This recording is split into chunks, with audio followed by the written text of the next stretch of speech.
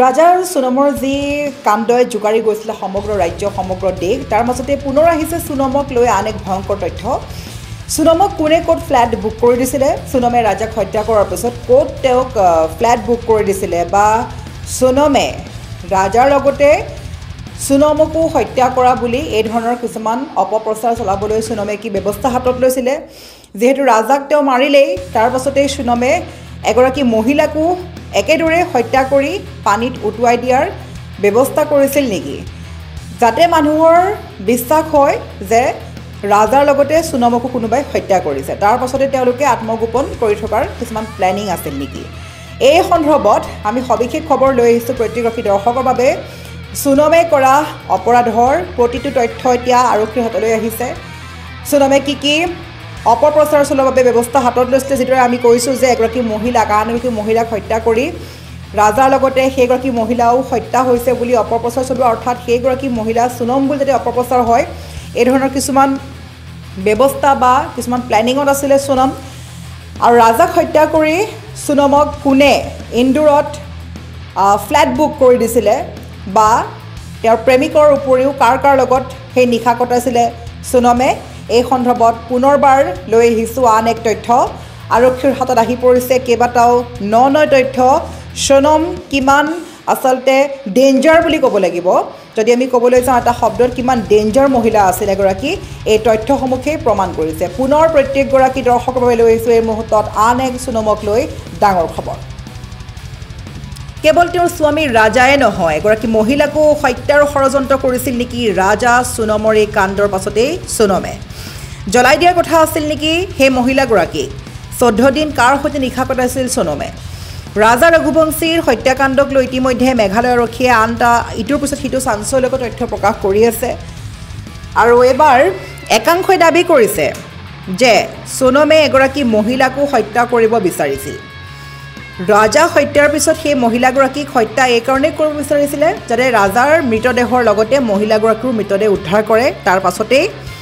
বহু লোকে যাতে ভাবে যে সেই মহিলাগৰাকীৰ মৃতদেহ হৈছে সোণমৰ যাতে সোণমৰো মৃত্যু হৈছে বুলি অপপ্ৰচাৰ ওলাই যায় অপপ্ৰচাৰ চলে ভুৱা বাতৰি ওলায় বা ভুৱা খবৰ বিয়পি পৰে তাৰ পাছতেই সোণম আৰু তেওঁৰ প্ৰেমিকৰ সৈতে আত্মগোপন কৰি থাকিব বা অন্য ঠাইলৈ গুচি যাব এই ধৰণৰ কিছুমান প্লেনিঙত আছিলে সোণম ৰাজবংশী ক্ষমা কৰিব ৰঘুবংশী সজাগৈ সোণম এগৰাকী খুবেই ডেঞ্জাৰ মহিলা বুলি ক'ব লাগিব অতিকৈ জঘন্য মহিলা বুলি ক'ব লাগিব আৰক্ষীয়ে দাবী কৰিছে যে ৰাজে এন্দুৰৰ পৰা অভিযুক্তসকলৰ মোবাইল আৰু 50,000 টকাসহ সোণমৰ বাবে কলা ৰঙৰ বুৰ্খা দিছিল সেই বুৰ্খা পিন্ধিয়ে টেক্সিত বহি সোণম শিলিগুৰি পাইছিল আনফালে আকৌ আকাশক গ্ৰেপ্তাৰৰ পিছত চতুৰ ৰাজ আৰু সোণমে মিলি নতুন পৰিকল্পনা কৰিছিল গাজীপুৰত সোণমৰ সৈতে ৰাজাৰ দেখা হোৱাটো পৰিকল্পনাৰ এটা অংশ আছিল সোণমক ভুক্তভোগী হিচাপে দেখাব বিচাৰিছিল আৰু সেয়াই কৰিছিল সোণমে উত্তৰ প্ৰদেশৰ আৰক্ষীৰ সন্মুখত দাবী কৰিছিল যে শ্বিলঙত তেওঁক অপহৰণ কৰা হৈছিল লুটপাটৰ পিছত ৰাজাক হত্যা কৰা হৈছিল সোধা পোছাত এই তথ্যও প্ৰকাশ পাইছে যে স্বামী ৰাজা ৰঘুবংশীৰ হত্যাৰ পিছত সোণমে ইন্দোৰলৈ উভতি গৈছিল এটা ফ্ল্যাট ভাড়াত লৈছিল সেই ফ্ল্যাটত সোণমে 26 মে'ৰ পৰা 8 জুন পৰ্যন্ত সম্পূৰ্ণ 14টাকৈ দিন লুকাই আছিল লগতে কৈছিল যে গোটেই দিনটো ফ্ল্যাটত থাকে সোণম আশ্চৰ্যকৰ বিষয়টো হ'ল সেই ফ্ল্যাটটো এমাহ আগতেই ভাড়ালৈ লৈছিল সোণমে ৰাজ কুশৱাহে ফ্ল্যাটত নিয়মিতভাৱে দেখা কৰিবলৈ আহিছিল সোণমক ৰাজে 5,000 টকাৰ ৰেচনো অনলাইনত সোণমৰ বাবে অৰ্ডাৰ কৰিছিল সোণমে টিভিত ৰাজাৰ নিখোজ হোৱাৰ খবৰ দেখিছিল তাৰ পাছতে এখন হোটেলত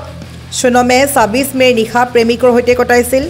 26 তাৰিখে নিশা 2:19 এক দম্পতীয়ে প্ৰৱেশ কৰিছিল বুলি প্ৰকাশ কৰিছে হোটেল কৰ্তৃপক্ষই তেওঁলোকৰ নাম আকাশ শৰ্মা আৰু অঞ্চলী বুলি কৈছিল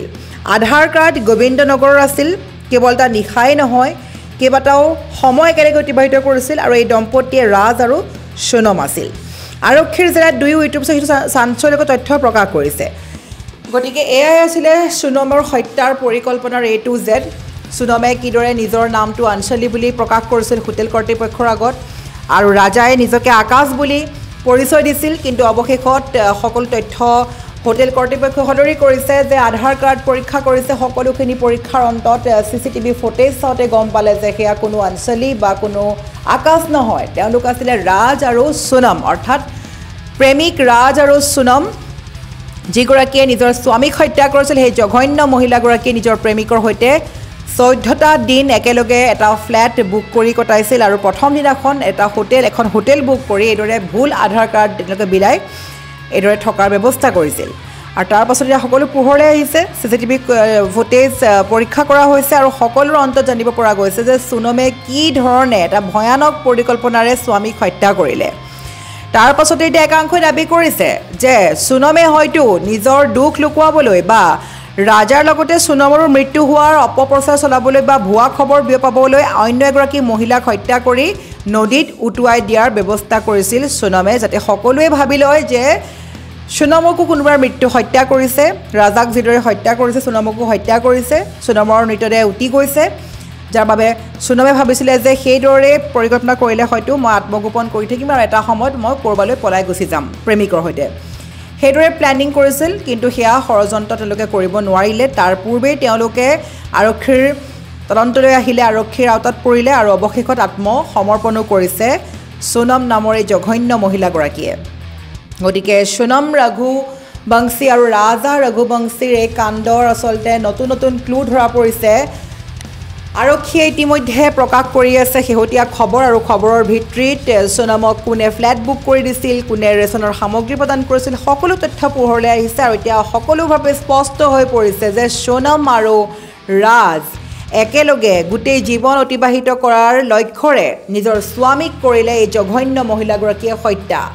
আৰু তাৰ পাছতেই এতিয়া কাইলৈ দিনটোলৈ অপেক্ষা কৰিব লাগিব যে তদন্ত চলি আছে কাইলৈ বা কি নতুন তথ্য পোৱা যায় এই সোনমক লৈ গতিকে এইগৰাকী সোনমক ভালদৰে চিনি থওক এইগৰাকী মহিলা কিমান জঘন্য মহিলা হ'ব লাগিব আমি ইতিমধ্যে মহিলাগৰাকীৰ ভিজুৱেলছ দেখাই আছোঁ আৰু দেখুৱাৰ কোনো প্ৰশ্ন নহয় প্ৰত্যেকগৰাকী লোকে এই মহিলাগৰাকীক চিনি পাইছে কোন এই জঘন্য মহিলাগৰাকী নিজৰ স্বামীক কিদৰে হত্যা কৰিলে সোনমে আৰু এইগৰাকীয়ে হৈছে ইন্দোৰৰ সোনম ৰঘুবংশী যি নিজৰ পৰকীয়া প্ৰেমৰ বাবে হত্যা কৰিলে অতি চিনেমা কায়দৰে হত্যা কৰিলে নিজ স্বামীক